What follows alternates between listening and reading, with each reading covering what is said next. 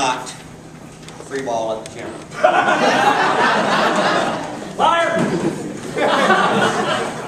He was not tall, but he looked taller. He was a brawny, lean man, toughened by long, hard years of work. He stood bolt straight and carried himself with confidence, never stooping or hunched over from the years of hard work, nor the weight of life.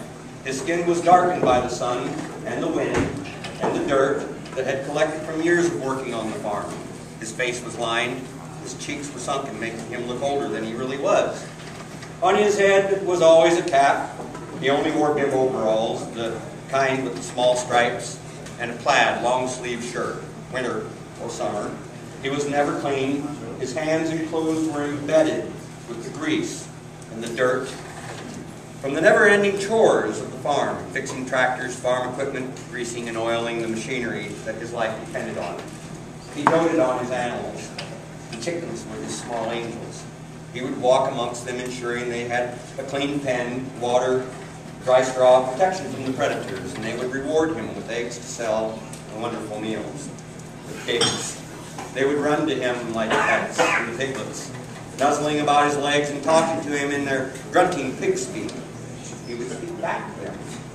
They would listen to him and his commands. He gave them food and water and shelter from the harsh winds and the cold days. He would help each new life become successful at living as he could. The milk cows, they were his favorites. Each one had a name. Mabel, Patsy, Ginger, Kickapoo. He was closest to them. Twice a day, early morning and late afternoon, he would gather them at the old round-roofed barn for the chore of milking, the task of handling and touching each animal, each of them with their own personalities and their quirks and their good days and their bad days. He and the cows worked together for so long that they hardly needed a command or a coaxing. They loved him. He had raised his family. They were gone on their own, a married daughter, an oldest son who was a doctor, a youngest son who had lost his left arm and a leg in the war. None had stayed on this farm, not because they disliked it, but because of the life it taught them, launching them into a bigger world. His wife had died from cancer, and she had never smoked. He had been the one who smoked, and it perplexed him. His Catholic faith never helped him solve the mystery or come to terms. Rex, the affable, beloved collie, had been gone for years. So he was alone on this farm, so it seemed, with all of the work and all of the life that surrounded him. And on this day, doing the afternoon chores, he picked up 5-gallon metal buckets with his left hand and what was left of his right arm. A farm accident had taken it just below the elbow. He never considered it a disability. He picked up a bucket in the crook of that arm. He carried water to the troughs. He carried feed to the bunks.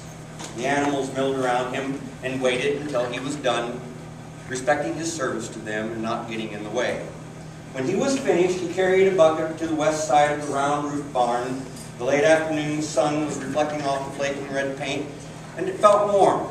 He turned the bucket over and sat down on it with his back against the barn.